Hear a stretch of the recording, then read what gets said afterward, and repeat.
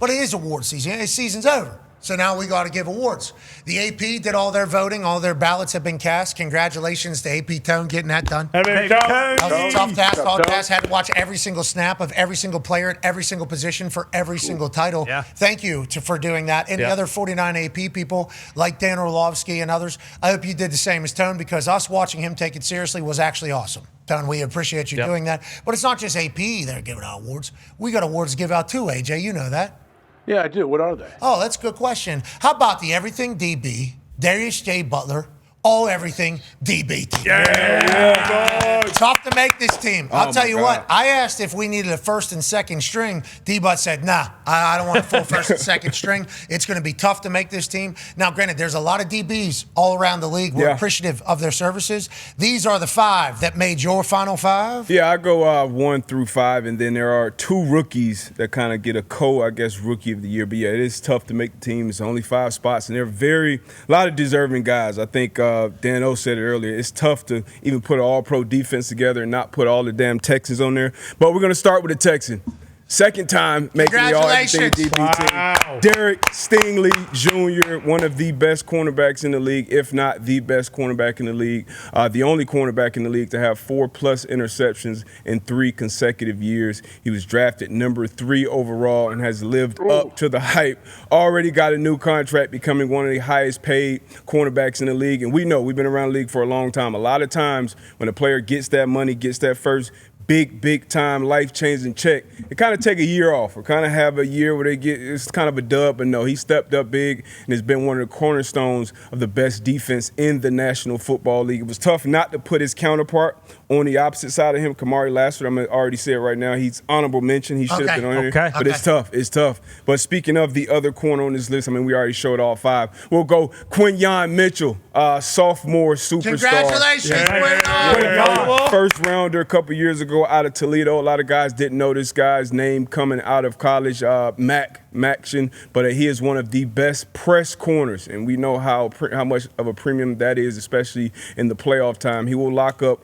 with your number 1 receiver. He will travel from the left to the right. He will get in his face, and he will challenge him down in and down out. Once again, it was tough to pick these 2 top corners because there are other guys out there, Denzel Ward, Christian Gonzalez. There are other really good cornerbacks out there. But this guy right here has put together 2 back-to-back years. He almost made the team last year, just not a ton of ball production. And a lot of these press corners won't have a lot of ball production, but he has been unbelievable this year in that Vic Fangio defense where they play more man coverage. So I expect to see that more down the line in the playoffs as well. So congrats to Quinyon.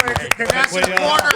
Congrats, of course. Not easy to get on this particular graphic. Absolutely not. And this spot is near and dear to my heart, the nickelback position where I kind of made my hay in the league. Cooper DeJean. Wow! Baby. Whoa! Another sophomore superstar.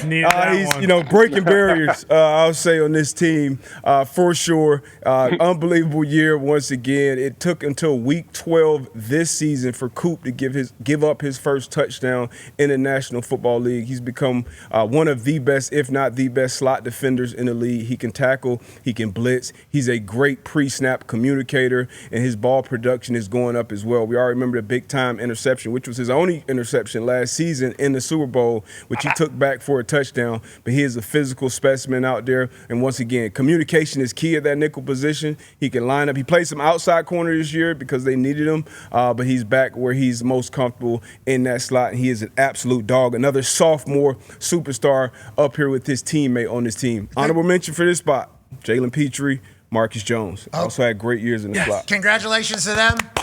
Congratulations to an exciting white crack in the All-Everything DB team. This is a huge day. We needed this. Hey, Coop, thank you. And Riley, too. I know they come up to you and think you're Coop. Congrats to you as well. Yeah, without a doubt. Both exciting whites. I've been waiting for this day my whole life, arguably. And this is one of the happiest days of my life, I'd say. Seahorn.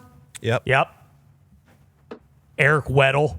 Oh, Weddle was a monster. Are we talking safeties? I didn't know. Hitman. Yeah, I guess, if we do Hitman that. up there in Minnesota. Yeah, but if you're sticking corners, though? Chuck Pagano. Chuck Pagano. Chucky P in Wyoming. He used to. Dustin Fox. Riley Moss. Yeah, corners, though. We just strictly. I think Dustin Fox was a corner, right, AJ?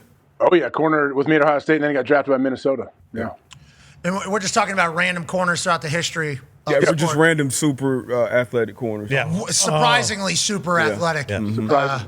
Congratulations, Congrats, Coop. Coop. boy. Congrats, Coop. Now we move on to the safeties. We're going to go Kalen Bullock. He was the best free safety in the National Football League this year. Once again, this secondary, this defense can be all Texans, if I'm being honest. But he's going to get around the ball. He's a big-time hitter. He would show up in later wood as well. Once again, a great communicator.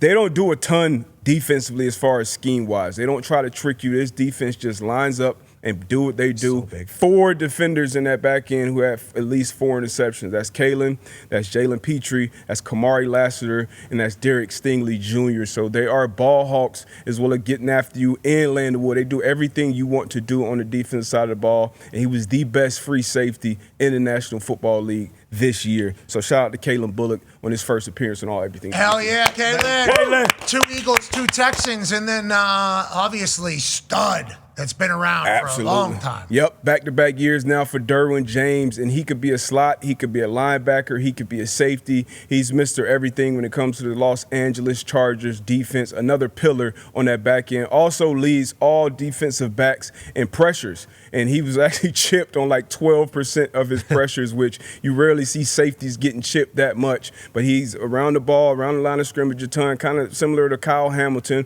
Obviously, he came before him, was one of the best players in college at Florida State, and has hit the league running a bunch of all-pros, a couple of all-everything DB teams now. But he does everything. Had a little more ball production this year as well. Had 3 interceptions, but will get after you, will sack, will open you, and will tackle you in open field, and also a great communicator as well. That's all these guys talk their shit pre-snap. Now, Stingley is probably the quietest guy. He's just going to follow your best guy around, shadow, and make plays. But all these other guys, great actually, Quignon as well. He will lock your ass down and just get in your face. But those guys in the middle, and usually the guys in the middle of the defense, safeties, nickels, backers, they have to be the communicators, get other guys lined up, and also be kind of Swiss Army knives and do multiple things for their defenses. So shout out to all 5 of these guys on all Everything DB team this year. Congratulations, boys. Derwin, first ever back-to-back All-Everything DB. Him and Stingley. Stingley was yep. on as well? Mm-hmm. Okay, so congrats to both those guys. That's multiple years of dominance. Did I see a C was on Derwin James's chest there and nobody else? He would be the captain, you think, of this All-Everything DB team? Yeah, he's the OG of this group for sure. This is a pretty it's a young group, actually. So the league is in good hands. And I can't wait to see these guys on the biggest stage making big plays on primetime games. Speaking of young group, couple rookies of the year here. Now, to be something of the year, you would normally be just an individual. Yep. But this is co-rookies of the year. Couldn't just pick one. Too much good football. It was tough. It was tough to pick just one. I'll start with Xavier Watt since their season is over in Atlanta, but he had an unbelievable season from wire to wire. Was a part of a very good defensive draft class, what I thought with the Falcons, the 2 edge rushers, Walker and Pierce Jr. And Xavier Watts was kind of the pick that went under the radar. I thought he should have been a higher pick based on what we saw him do at Notre Dame. He will come up and hit you. Once again, another guy that will communicate, and he plays like a vet. Like when you watch this guy, you just turn on the tape, you would think he was a 6-7 year vet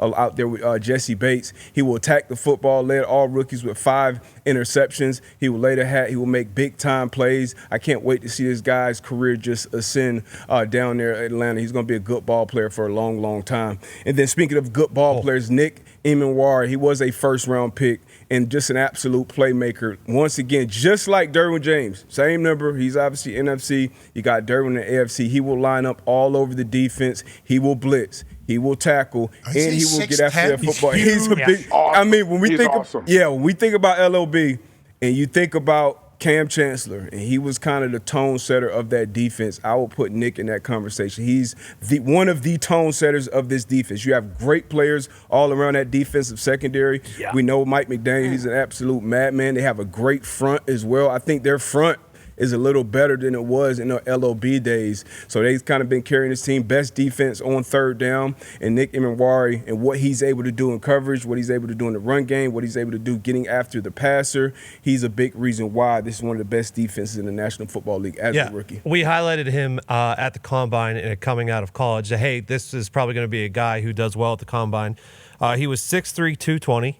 He ran a 4.38. He jumped 43 inches for his vertical, and his broad was 11.6. So, he is just an athletic specimen who is also really, really good at football. Congrats to the secondary. Hell Good yeah. job, boys. And the All Everything DB team and honorable mentions. Didn't want to make a first team, second team. No. So we just do one. Tough to crack. Tomorrow, ladies and gentlemen, the Trenchies. Wow.